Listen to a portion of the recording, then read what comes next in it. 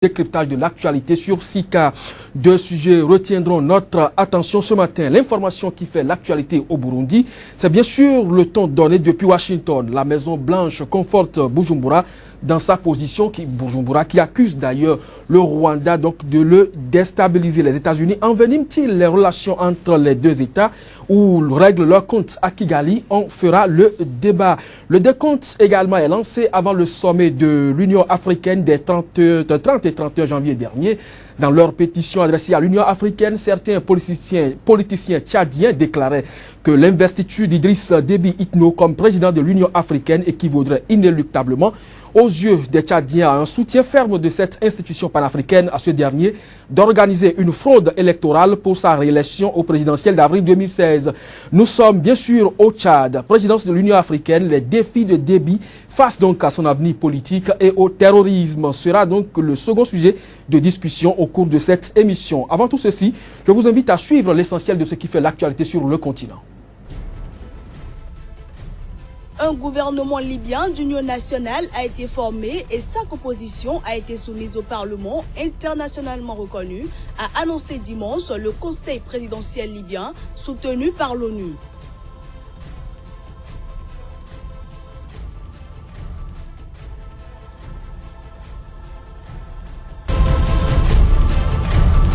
Un véhicule de la force française Barkhane, engagé contre les groupes djihadistes dont le Sahel, a sauté dimanche sur une mine à Kidal, dans le nord-est du Mali, sans faire de victimes, a-t-on appris auprès de la force de l'ONU au Mali et de l'armée française.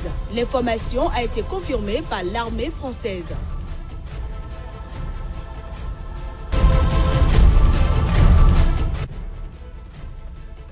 Les Centrafricains ont voté dans le calme pour désigner Kidanissé Georges Dologuélé ou Faustin Archange Touadéra, deux anciens premiers ministres pour la présidence. Celui qui sera le président devra sortir le pays de 3 ans de violence.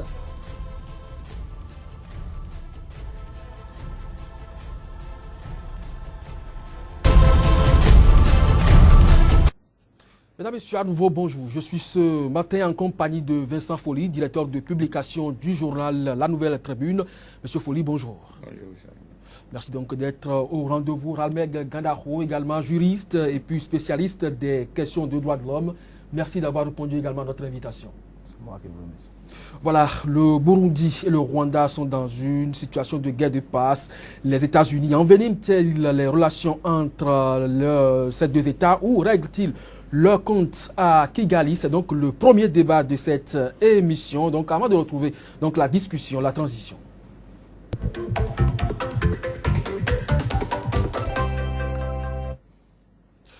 Depuis le début de la crise politique au Burundi, les relations se sont donc envenimées pour devenir délétères entre le Burundi et son voisin le Rwanda.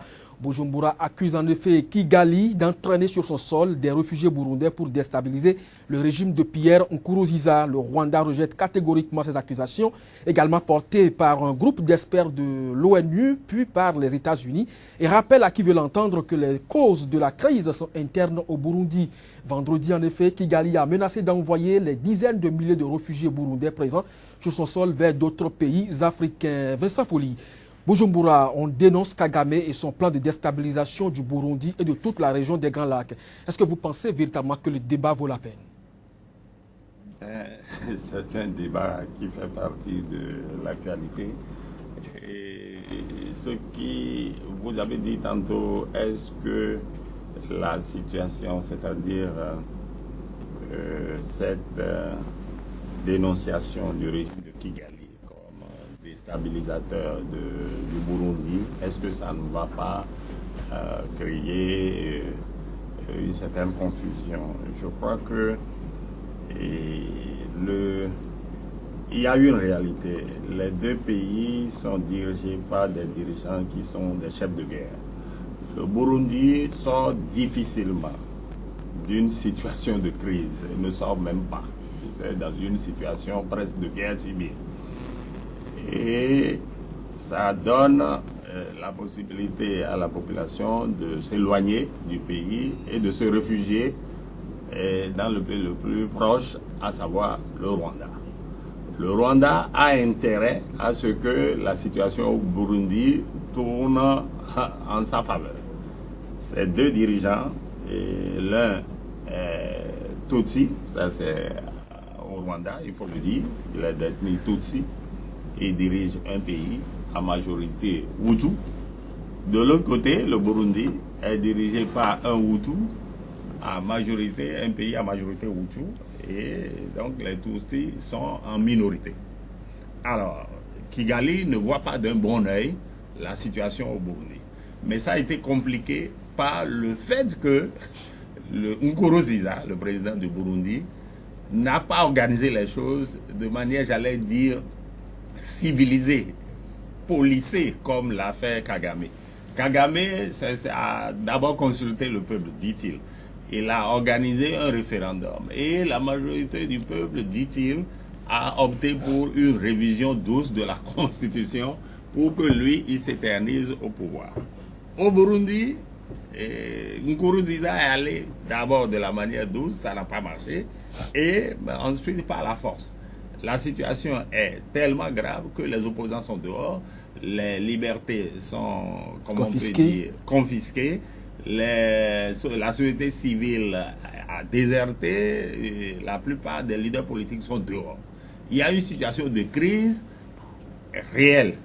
Les opposants se réfugient dans le pays le plus proche.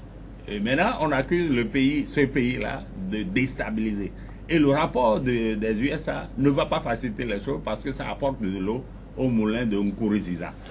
Mais le problème, oui, la crise interne, puisque vous avez dit que le problème burundais est d'abord interne. Non, on va revenir à cet aspect tout à l'heure. Amel, est-ce que vous pensez que c'est une guerre ethnique? Parce que M. Poli parlait des Tutsis et des Hutus qui sont quand même majoritaires et minoritaires de part et d'autre dans ces deux pays. Non, il peut y avoir un glissement du problème sur ce terrain-là. Et Nkurunziza, c'est que il est en train de nous avoir à l'usure, ce monsieur. C'est-à-dire, on lui pose un problème sur un terrain donné, et respect des convenus constitutionnels, de l'ordre républicain, tout ça là, qu'il a trafiqué. Et puis, il rentre dans une résistance. Et dans la résistance, il déplace maintenant le terrain, il déplace le problème maintenant. Donc, moi, c'est un exercice auquel je n'aime pas que les politiques m'exposent, c'est la distraction. Et il y a un problème, c'est que depuis 10 mois, il y a des victimes, il y a des personnes tuées à balles réelles. Moi, j'ai eu la chance, en juin, dans une session continentale, de rencontrer un activiste burundais qui m'a fait visualiser en fait des vidéos de tueries ou en live, quoi. Voilà. Ils ont filmé ça, c'est pas que c'était juste son téléphone et il me faisait voir ça. Et donc, quand vous avez vu ce que j'ai vu, vous ne tolérez pas qu'on déplace des problèmes comme ça. C'est un monsieur qui, comme l'a dit le doyen Folie, il n'a pas respecté, en fait, il a manqué de civilité dans son envie de revenir au pouvoir. Il a manqué de manière et de style. Et pour finir, oui, il sombre dans la violence. Et vous voyez, ils ne sont pas prêts à assumer ce qu'ils font. Lorsque Pierre Nkuru, qui est le porte-parole de la police, il se confie à Jeune Afrique et dit oui, que ce n'est pas en fait la police qui organise les tueries, tout ça là, que c'est des réfugiés et burundais qui sont récupérés par le Rwanda, formés, armés, qui viennent maintenant lancer des grenades dans les quartiers. Et à Bujumbura, ça dit, mais est-ce que vous ne pensez pas que le Rwanda aussi s'y prête? Parce qu'au début de cette crise, on sait quand même qu'il y a eu des soupçons de la part de Bujumbura qui accusait déjà Kigali. Non, ce qui est bien dans les sites que nous faisons ici, c'est que moi, la dernière fois que j'étais venu ici, on en avait parlé. Et nous avions dit que si on ne prenait pas la communauté, les chefs d'État africains prennent leurs responsabilités pour limiter Pierre Nkurunziza dans ses élans, Kagame devra se préserver du mal. Vous voyez, c'est en toute fraternité peut-être qu'on peut accueillir des frères harcelés d'un côté et leur créer une condition de vie. Et ceux-là aussi, ça je vous le dis, j'ai parlé avec des activistes burundais. Le problème c'est que des gens ont perdu des parents. Des gens vivent à Kigali, mais ils ont, c'est-à-dire, oreille tout à Bujumbura. Parce qu'ils savent dans quelles conditions ils ont quitté. Vous ne pouvez pas créer un contexte comme ça et demander aux gens de ne même pas avoir l'instinct, c'est-à-dire de se préserver, de s'outiller, de dire je retourne sauver mes frères. Ce n'est pas du fait de Kagame que peut-être des gens, c'est-à-dire se retrouvant réfugiés, peut-être par instinct de suivi, se retrouvent et disent organisons-nous pour aller. Mais c'est trop facile que de porter le chapeau à Kagame pour dire peut-être qu'il est chef de guerre, il veut déstabiliser le Burundi. Non, nous avons affaire à un Pierre Nkurunziza, à son affaire de pouvoir, qui a déjà, c'est-à-dire qui a déjà un bon dossier pour aller à ces pays. Et qu'il faudra rester concentré sur ce qu'il fait pour le gérer. Mais M. Folli, est-ce que vous pensez que de façon sécuritaire, le Rwanda ne peut-il pas prendre quand même des dispositions pour empêcher que des réfugiés politiques acceptés sur son sol puissent aller quand même semer de troubles dans leur pays? Non, c'est ce que dit le Rwanda maintenant, qu'il va tout faire pour rapatrier. Voilà. Non, mais pas vers le Burundi, mais vers les autres pays africains. Quel pays africain? Non, mais de toutes les façons, ce qui les suit va faire partie quand même les réfugiés burundais de son territoire. C'est ce que le Rwanda dit face à l'accusation des USA, qui jette un peu un voile de confusion sur la situation. Franchement. Parce que, figurez-vous, mon ami l'a dit tantôt, les opposants sont traqués. Ils n'ont pas le choix. Ils n'ont le choix que d'aller dans le pays le plus proche. Les deux pays sont voisins, hein, ils sont même très liés. C'est Bénin, Togo, Mina. Non, le Rwanda, c'est même pire, c'est même mieux que le Bénin, Togo. C'est deux mêmes pays, avec les mêmes peuples, parlant les mêmes langues.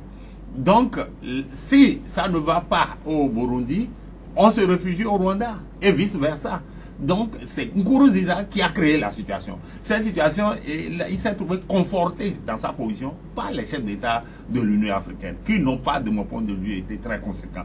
Donc, l'idée de syndicat de l'Union africaine est encore à l'ordre du jour. Les chefs d'État, au lieu d'envoyer la force comme ils avaient voulu le faire pour protéger les civils, c'est ça qu'ils voulaient envoyer. Ils voulaient envoyer une force pour protéger la population civile contre les exactions des militaires. Et qu'est-ce qui s'est passé?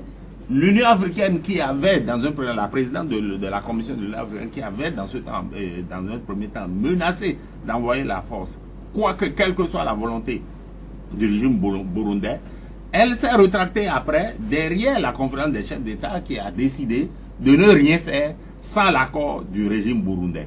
Du coup, Nkurunziza se trouve conforté et se dit, bon, moi je suis tranquille. Et il nous dit, on n'envoie personne si moi je ne veux pas. Maintenant, on a envoyé une délégation des chefs d'État devrait aller le rencontrer pour négocier cet envoi de force d'interposition. Mais jusqu'à présent, depuis le dernier sommet, rien ne s'est passé. Bon, donc aujourd'hui, il n'y a aucune pression sur Nkurunziza. Oui. Et donc le rapport des Américains, le rapport de l'ONU, qui est un rapport confidentiel que les Américains ont intercepté, et conforte un peu la situation de Nkurunziza parce qu'il déplace le problème burundais sur le Rwanda qui est accusé alors de déstabilisation. Le Rwanda n'a pas le choix puisque des réfugiés viennent et ils sont pourchassés. Et que des gens s'organisent sur son territoire pour aller déstabiliser le régime voisin, je ne sais pas la différence. Est-ce que vous voyez aujourd'hui, avant de répondre à... Peut-être que vous avez répondu sur son intervention, mais avant d'en arriver là, est-ce que vous voyez aujourd'hui une porte de sortie à cette crise? Est-ce que vous pensez qu'aujourd'hui les frères ennemis burundais peuvent se retrouver autour d'une table pour négocier vraiment la paix? Oui, c'est ce que je dis. C'est-à-dire que quand il y a un problème initial et on ne trouve pas la solution curative, ça vous distrait dans la durée. C'est pour ça que j'ai dit que Pierre Nkurunziza est en train de nous avoir tous à l'usure. Sinon que c'est normal que ceux-là persécutés, qui ont quitté Kigali dans telles conditions, qui ont quitté Kigali, avec l'instinct de survie et les échos qu'ils ont de leurs frères qui sont restés, même si Kagame leur dit organisez, vous prenez un, prenez si. Mais le crime de Kagame est d'accueillir des gens qui ont envie d'abord de survivre et aussi de défendre leurs intérêts qui sont restés au pays. C'est son crime. Et c'est pour ça qu'il dit tout de suite, si c'est ça le problème, vraiment sortez de chez moi. Et cette démarche, elle est cohérente. Mais est-ce que ça... C'est pour dire, non, c'est pour dire, faut pas que mon voisin, voyou politique, se serve de moi pour distraire tout le monde. Et je pense que parce que moi, je doute fort que Kagame ait des intentions de déstabiliser le Bujumbura. Mais le compte... Vous rejetez systématiquement le rapport des Nations Unies? Ce que je dis, les faits sont là. C'est normal que des gens persécutés, qui sont de l'autre côté, qui ont des intérêts au pays, et qui se retrouvent instinct de suivi obligeant s'organisent. Mais le problème, c'est parce que peut-être ils s'organisent sur le territoire de notre État. De notre État. Et que, bon, on voit l'autre, comme l'a dit le doyen au départ, qui est vraiment Napoléon des Grands Lacs, c'est le chef de guerre. Alors, donc, ça ne met pas sa faveur. Une porte de sortie à cette crise. Non, il faut se reconcentrer sur l'origine du problème. Le troisième mandat. Ça, c'est clair. C'est-à-dire qu'il ne faut pas qu'on est dans la distraction. Il faut se reconcentrer sur ça. Et il faut a eu lieu, le peuple a donné quand même son OK au président, qui aujourd'hui, là, il a prêté serment, il est président officiellement élu. Je vais espérer que, citoyens béninois, vous ne serez pas appelés un jour à voter comme ça. C'est ce que je vais espérer. Quand vous le dites comme ça, le vote a eu lieu. Bon, il faut espérer que vous ne soyez jamais invité à voter comme ça. Vous savez très bien de quoi vous parlez. Monsieur Fodi, il y a eu un scrutin dans ce pays, le président a été officiellement élu dans les urnes. Oui, tout le monde sait ce qui s'est passé. Le problème, c'est que Paul Nkuruziza Pierre joue la montre. Il joue la montre, oui. Et ça fera bientôt 1 an qu'il a été illégalement réélu, si l'on peut s'exprimer ainsi. Ben donc, il joue le temps. 1 an au pouvoir, bientôt 2 ans. Et puis les gens vont se dire, bon, qu'est-ce qu'il y a? Les opposants n'ont qu'à revenir, comme le fameux Agathon Rwasa, qui est l'un des opposants les plus farouches et qui a rejoint le régime sous prétexte que de l'intérieur on peut changer. Donc Nkuruziza joue la montre. Et le rapport là, lui, donne vraiment le dollar. C'est une brèche. C'est une brèche pour lui, pour essayer de dire, bon, la déstabilisation vient du Rwanda. Or, le problème réel, c'est le problème de son 3e mandat. Donc, il reste à continuer la pression sur Nkuruziza. Est-ce qu'il faut compter sur les chefs d'État de l'Union africaine? Moi, je ne crois pas. De l'Union européenne qui doit se réunir dans les heures qui suivent pour décider s'il faut l'aide au Burundi. Maintenant, les régimes de Nkuruziza comme celui de Kigali, c'est-à-dire de Kagame, c'est des régimes dictatoriaux. Et c'est des régimes. C'est un paradoxe que celui qui accuse l'autre d'être un dictateur, lui aussi est un dictateur. Non, le problème est très complexe et ça risque de déboucher sur une voie sans issue. Si Nkuruziza n'accepte pas de s'asseoir à la table de négociation avec les opposants et renonce à son 3e mandat, mais il aura fait 2 ans. Et qu'est-ce qu'on pourra tirer? Moi, je ne sais pas grand-chose, mais je dis, si la tension persiste, Nkuruziza risque de s'installer durablement au pouvoir pour les 5 ans. Et pourquoi pas dire après qu'il va modifier la Constitution pour se reconduire éternellement au pouvoir. Le ministre de l'Intérieur du Burundi, et en même temps ministre de la formation patriotique, disait, alors qu'il invitait la population à aller marcher contre le régime de Kigali, qu'effectivement il faut dénoncer ceux qui les poussent à discuter avec les putschistes. Et ils l'ont fait. La population, une certaine population a marché contre Kigali. Ça là, et vous l'avez bien dit, le ministre au patriotisme, non?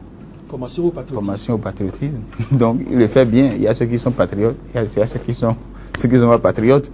Et c'est un pouvoir républicain qui organise ça, qui travaille à ça. Donc vous voyez déjà un peu le fond du truc. Moi je pense que le sein des Nations Unies détient des rapports de monitoring des droits de l'homme sur les crimes de Pierre. Il y a des rapports sur ça. Il est question déjà de commencer par le tenir à partir de là. Il faut le mettre entre... Il faut le tenir. C'est-à-dire il faut se reconcentrer sur ces crimes de départ depuis avril. Mais pas de la situation récente où on se fait un rapport, on dit non, si on permet ce glissement-là, et je l'ai dit la dernière fois sur votre plateau, si on lui permet ce glissement-là, où on distrait l'opinion publique au niveau du continent et au niveau international, sur ce qui se fait là, c'est dangereux. Ce n'est pas le moment. Rwanda est en train de se construire, en train de travailler. Ce n'est pas le moment pour l'autre de rentrer dans une guerre quand même il est perçu comme Napoléon des Grands Lacs. C'est-à-dire qu'il ne faut pas qu'on mélange les questions. Il est question pour les Burundais aussi de se construire, de travailler. Voilà, c'est tout. Donc à venir vraiment sur le thème de ce débat. Alors, on sait très bien que les États-Unis, tout comme l'Union européenne, ne souhaitent pas le 3e mandat de Paul Kagame. Et pourtant, il l'a fait entériner par un référendum et aujourd'hui il est candidat aux élections. Mais est-ce que vous pensez, M. Foli, que c'est un règlement de compte à Kagame par les États-Unis, donc à travers cette situation au Burundi? règlement de compte, moi, je ne sais pas. Seuls les États-Unis doivent savoir quels objectifs ils visent. Parce que s'il y a un rapport qui atteste quand même des crimes commis sous le régime de Pierre Nkurunziza et qu'aujourd'hui on accuse le Rwanda de déstabiliser ce pays, cela sous-entend quelque chose, non? Oui, c'est qu'on confond en fait la cause et les conséquences. Et ce qui se passe au Burundi, c'est-à-dire l'afflux des réfugiés vers le Rwanda, n'est que la conséquence créée par la volonté de Nkurunziza de se maintenir au pouvoir. Et si donc les réfugiés n'ont que le Rwanda pour se réfugier et se refaire une santé pour revenir combattre le régime de leur pays, si donc ils n'ont que le Rwanda pour ça, ça va être difficile à Nkurunziza ou ça va être difficile à Kagame de sortir de cette situation où il paraît comme un accusé. Or, que faut-il faire pour sortir de cette situation, à savoir permettre à Nkurunziza, empêcher Nkurunziza de faire son troisième mandat? Que faut-il faire?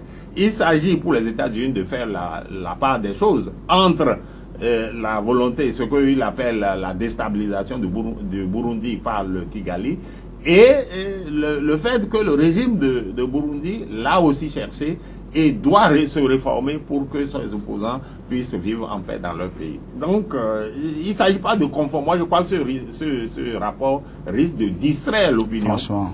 Distraire l'opinion sur la réalité de ce qui se passe au Burundi. C'est-à-dire, en voulant accuser coûte que coûte Kagame, on risque de déculpabiliser Nkurunziza, qui a aussi des mains gantées de sang, et qui donc doit protéger sa population et qui donc doit dégager pour laisser la place à un régime démocratiquement élu après avoir fait les 2 mandats que le peuple lui a accordés. Rabel, est-ce que vous pensez que les États-Unis sont en train d'annoncer un signal fort au président rwandais qu'ils ont d'ailleurs interdit un 3e mandat?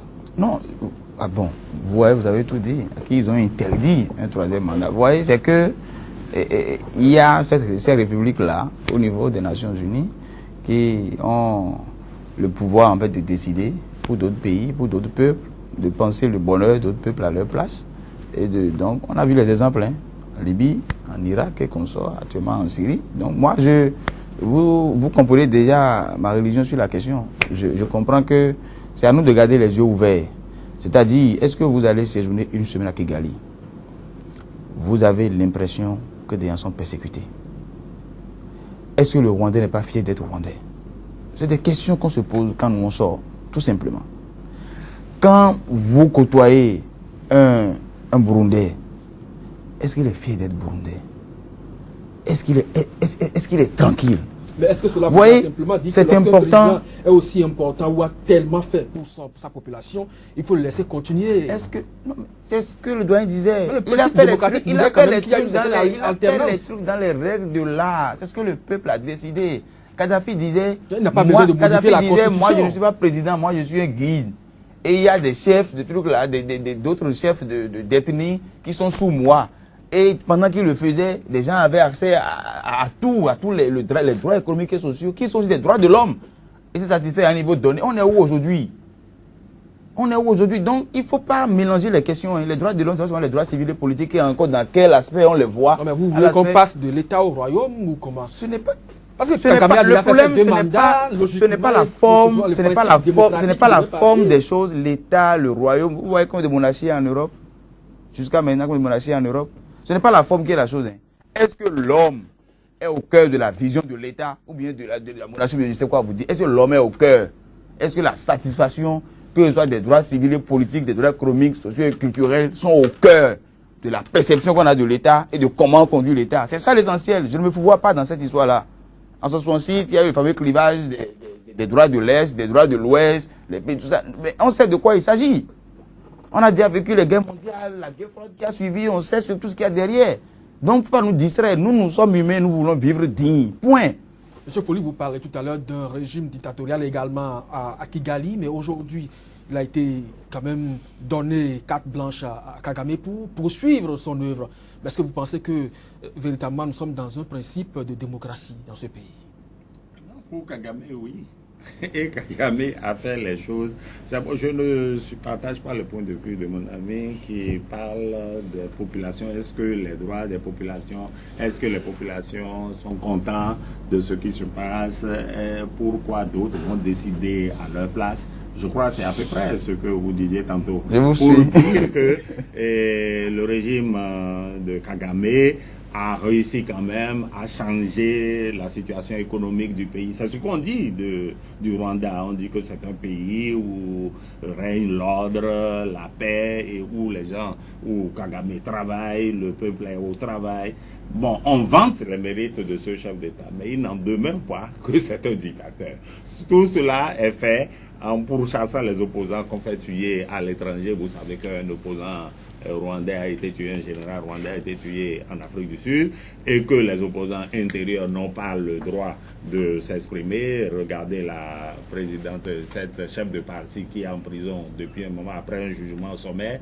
Donc le régime de Kagame surfe sur le sentiment que le monde a eu après le génocide. Surfant sur ça, il dirige un peu le pays d'une main de fer, il faut le reconnaître. Maintenant, est-ce qu'il faut saluer cette façon de conduire le pays? Ça, c'est une autre paire de manches. Si la population ne dit rien, si nous sommes tous contents... Mais les opposants ont dénoncé ce référendum. Sous Hitler aussi a commencé comme un régime démocratique. Mais sous cette démocratie, on sait que c'est le plus grand génocide du monde qui s'est fait, le génocide des Juifs en l'occurrence. Donc, ce n'est pas la satisfaction du peuple qui est le baromètre de comment un régime doit fonctionner. Le modèle... Je crois qu'il faut voir si les droits de l'homme sont respectés, si les libertés publiques sont respectées. Kigali fait semblant de le faire. Il a fait un référendum où il paraît que tout le peuple est d'accord, mais moi je me méfie de ces référendums. Et ces droits sont multiples. Parce je ne sais pas, je me méfie de ces référendums. Et ces droits sont multiples. Où tout le monde est d'accord avec tout le monde, où tout le monde dit nous sommes contents de celui qui est là. Et ces droits sont multiples. Moi je veux dire, le paradoxe de la situation au Burundi, c'est que les deux pays se ressemblent. Ils sont dirigés par des chefs de guerre qui dirigent leur pays d'une main de fer, l'un avec la manière très forte, l'autre pas moins que très forte, avec des gants de velours, mais d'une main de fer quand même. Je parle du régime de Kagame, qui surfe, je le dis encore, sur les sentiments, sur le génocide rwandais. Je voudrais que vous savez, quand vous avez fait l'exercice de la promotion, de la défense des droits de l'homme, et vous constatez en fait, vous savez, même au Bénin, là où on vit ici, là où on est ici, là, il y a des gens qui n'ont pas un repas par jour. Qui n'ont pas ça. Mais qui quand même au Bénin, tel qu'on est, peuvent parler, peuvent insulter, qu'ils veulent dire c'est la démocratie, on parle, on est libre. Mais qui n'ont pas un repas par jour. Qui manquent de dignité. Qui manquent. La démocratie, quand ça va dans le consensus, ce que je dis, c'est que ce que vous nous appelez, faisons attention. Mais les opposants rwandais qui ont quand même dénoncé ce référendum aujourd'hui annulé par tous. De toutes les façons, ce sera donc. Voilà, on va refermer. Comme au Burundi, et qu'on sente qu'il y a une répression dans le sang. Voilà, on va refermer ainsi la première partie donc de cette émission, de cette discussion. Restez avec nous, vous, madame, messieurs, et également les invités. On retrouve donc l'essentiel de l'actualité sur le continent. Le temps de retrouver le second sujet. Un gouvernement libyen d'union nationale a été formé et sa composition a été soumise au Parlement internationalement reconnu, a annoncé dimanche le Conseil présidentiel libyen soutenu par l'ONU.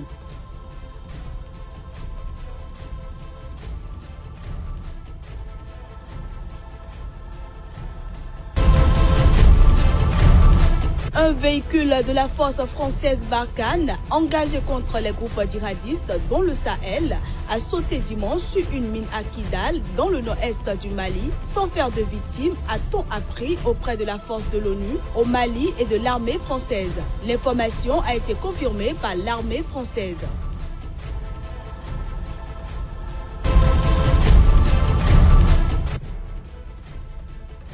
Les Centrafricains ont voté dans le calme pour désigner Kida Nissé Georges Dologuélé ou Faustin Archange Touadéra, deux anciens premiers ministres pour la présidence. Celui qui sera le président devra sortir le pays de 3 ans de violence.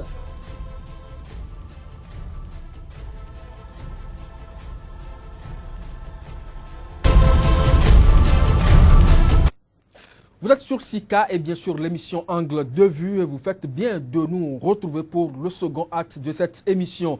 La présidence tournante de l'Union africaine dure 1 an. C'est désormais le Tchad qui préside donc aux destinées de la plus importante organisation africaine pour les 12 prochains mois. Mes invités n'ont pas changé.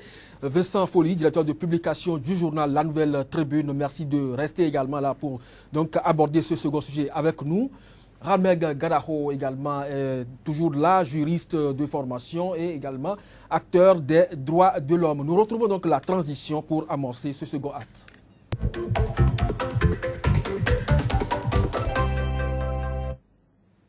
Le Tchad pourrait-il sauver donc cet honneur à lui fait par ses pairs avec la multiplication des poches de terrorisme et l'imminence de l'élection présidentielle donc en vue? C'est prévu pour le 10 avril prochain. Le président Idriss Déby Itno au pouvoir depuis quelques années déjà est contesté dans son pays par les opposants, mais il n'arrive donc pas à s'afficher en tant que tel. Et aujourd'hui, en confiant les destinées de l'Union africaine à ce président, eh bien les Tchadiens estiment que c'est un hold-up politique. Ralmeg Gadaho, quel est votre avis sur la question?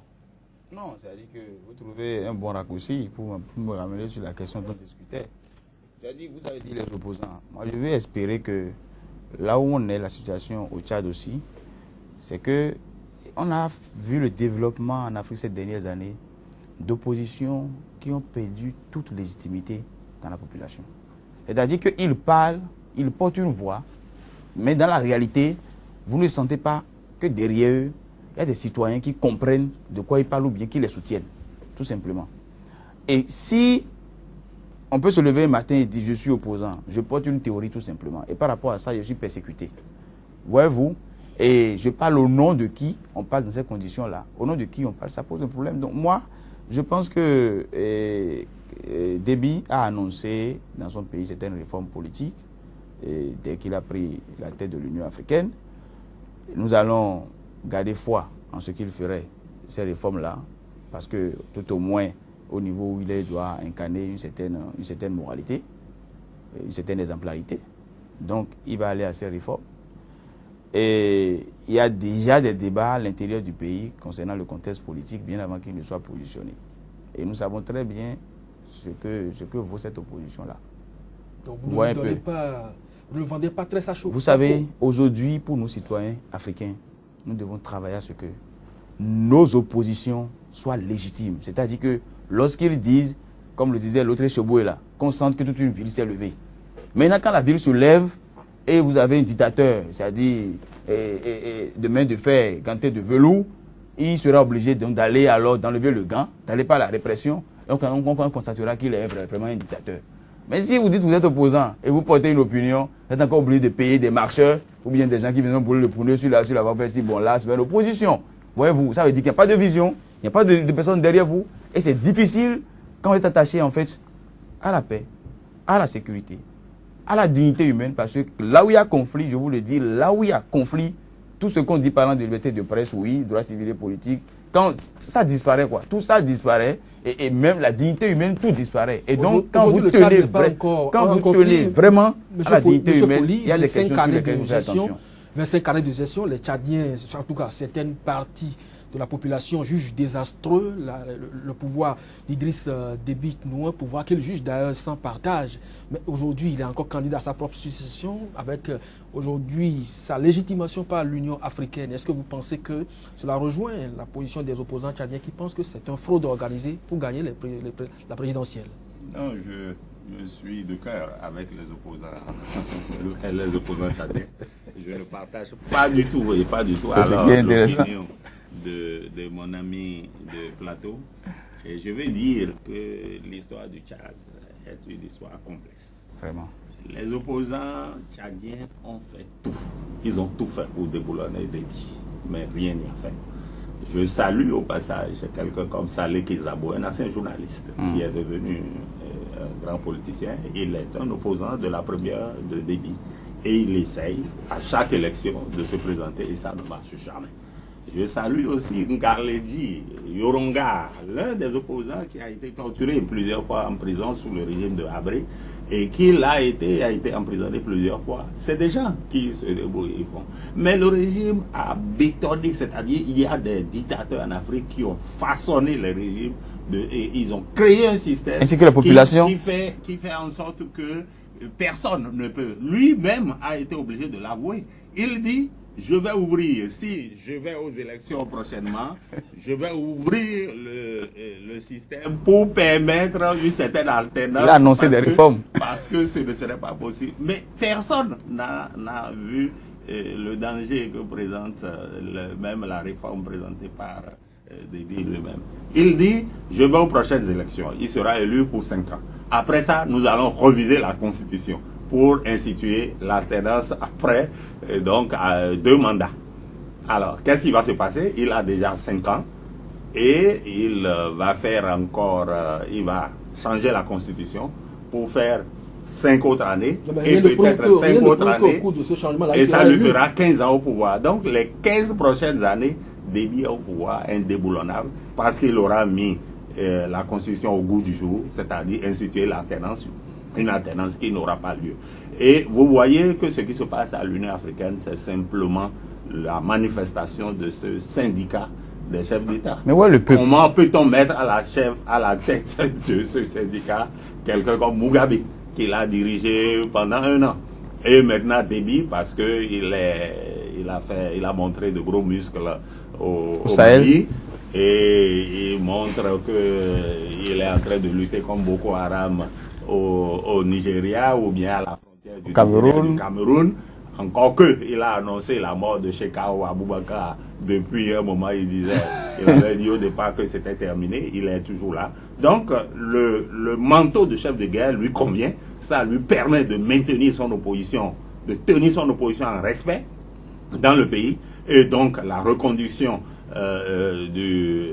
après les élections, c'est tout à fait, ça se passera normalement. L'Union africaine ne verra que du rouge. Donc les opposants ont raison de dénoncer cette façon de récupérer cette sorte de ce statut de chef de guerre pour s'imposer à la population à l'intérieur. Donc moi je suis totalement en phase avec les opposants. Donc vous pensez que sa position aujourd'hui en tant que président de l'Union africaine va influencer les résultats des urnes? Absolument. Si entre-temps la population adhérait à la vision de l'opposition. Non mais c'est justement sur quoi moi je m'attends. Je veux qu'on me dise demain qu'il y a eu 100 000 Tchadiens dans la rue en N'Djamena. C'est-à-dire que ce qu'on attend, parce qu'il faut faire beaucoup attention, nous avons tout ce qu'on a vécu comme révolution colorée, tout ce qu'on a vu ces dernières années, tout ça là, et la déstabilisation en matière de géopolitique, de géoéconomie actuellement de certains pays, ça inquiète. Le doyen posait le problème par rapport à la brèche ouverte dans les Grands Lacs maintenant, par rapport à ce rapport des Américains. Quel est l'intérêt de nous sortir un tel rapport? Vous savez, nous avons marre que tout le temps nous montre à la télévision des enfants rachitiques, les champs de conflit, les tentes de réfugiés. On en a marre. C'est-à-dire qu'il y a un minimum de dignité. Et quand vous avez, je vous ai dit, j'ai vu la vidéo, j'ai vu des vidéos, vous avez vu des choses. Quand vous vivez ça, vous vous dites, mais il y a un minimum. Je suis d'accord avec lui. Quand il rend hommage à ses collègues journalistes, qui font des combats pour la sécurité politique auxquels je suis très attaché. Mais je vous dis, ce n'est pas les seuls droits. Les droits, c'est un package. Et pendant qu'on parle de ça, il faut aussi jeter un coup d'œil de l'autre côté et faire le point par rapport à la dignité humaine. Parce que c'est le cœur même des droits de l'homme, c'est la dignité humaine.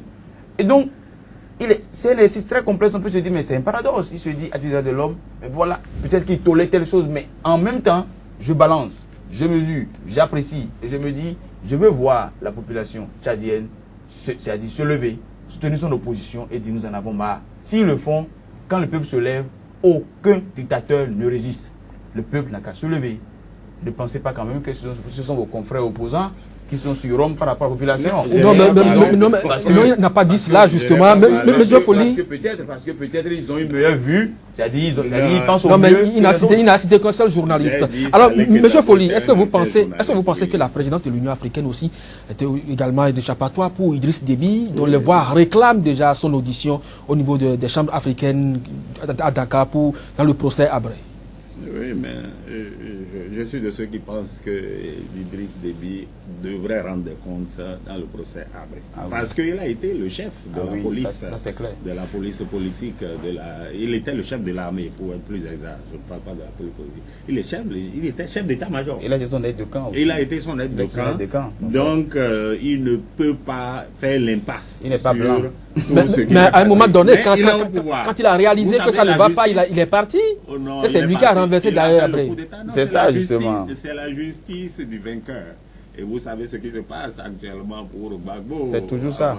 Si c'est lui qui avait gagné, ce serait Ouattara qui serait à la cour pénale. S'il tentait qu'on puisse prouver que la rébellion, c'est lui qui l'a organisée. Ça aurait pu être le procès de la rébellion en Côte d'Ivoire. Et justement. Maintenant, on fait le procès de quelqu'un qui a toujours été un démocrate. Moi, je connais, j'ai vécu dans ce pays et je sais que Gbagbo n'est pas le sanguinaire du genre Idi Amin, du genre Nkurunziza même. Il n'a pas fait. Moi, je crois qu'il est venu au Gbagbo pour parler. C'est une parenthèse que j'ouvre. Le sujet n'est pas Gbagbo. C'est une parenthèse pour dire que ce monsieur est venu au pouvoir au mauvais moment. Si c'était la gauche qui était franchement au pouvoir en ce temps, je suis sûr que si ce n'était pas Chirac, si ce n'était pas Sarkozy, je crois que... Cela dit, au Tchad, la désignation de Idriss Déby comme président en exercice va certainement lui servir de tremplin pour essayer de s'imposer à son place. Ça, c'est vrai. Mais encore que la présidence de l'Union africaine, bon... ça va durer au moins 12 mois. Elle ne sert pas à grand-chose. Personne ne se souvient de ce que Mugabe a été à la tête de l'Union africaine. Il a présidé. Mais aujourd'hui, la présidence en exercice n'est qu'un symbole. En fait, le symbole est fort. Il peut être utilisé par le dirigeant. Nous savons comment le président Yahi l'a utilisé ici. Il faisait de constants voyages pour, soi-disant, faire des missions de paix. Non, mais il a fait, et puis ça lui a valu son implication vers le Burundi. Le président béninois a vraiment joué sa médiation dans le cadre de sa présidence. C'est ce que nous croyons et c'est ce que nous avons constaté. Alors, Ralmé Garakon va bientôt sortir donc de cette discussion. D'ailleurs, on a encore juste une minute. Est-ce que vous pensez que la position de Déby aujourd'hui, avec l'éminence des présidences, peut vraiment lui permettre de s'afficher comme chef de guerre, comme vous l'avez souligné sur ce plateau, dans la région où aujourd'hui Boko Haram a ouvert beaucoup de fronts? Non, une chose est claire, c'est que, encore une fois, la situation par rapport au Niger, par rapport au Tchad, au Cameroun, ils partagent ensemble une même zone là, très riche, par rapport à laquelle, et c'est précisément là que Boko Haram, de façon bizarre, se retrouve et opère. Et donc, ils sont conscients de la menace, c'est que le Camerounais sait que le problème qu'il y a dans cette zone là, c'est pas un problème camerounais seulement. Le Tchadien le sait, le Nigérien le sait, ils le savent tous. Donc, c'est un problème, c'est tout le système et c'est un problème sous-régional. Ils doivent s'organiser ensemble pour régler ça. Et donc, Déby est vraiment en phase avec la dynamique de... Ce n'est pas leur problème, c'est mon problème. Il a déjà commencé par le Mali et maintenant il est vraiment ancré dedans. Mais l'implication politique de son leadership au niveau de la région ou bien au niveau africain, je pense que les opposants, ils doivent... Africains en général, ils doivent apprendre à se légitimer. Ils doivent apprendre à avoir le peuple avec eux. Je suis aussi du peuple. Et je veux voir dans leur démarche, dans leur discours, dans leur comportement, qu'ils sont miens. Que je suis... Que mes préoccupations sont les leurs. Je veux voir ça. Je crois que les opposants africains, les acteurs politiques quand ils ont failli à leur devoir, entendu. Ralmé Gandaro, merci donc d'avoir participé à cette discussion avec nous. Monsieur Folli Vincent, directeur de publication du journal La Nouvelle Tribune, merci également d'avoir participé à cette émission avec nous. Angle de vue de ce lundi, c'est terminé. Rendez-vous la semaine prochaine.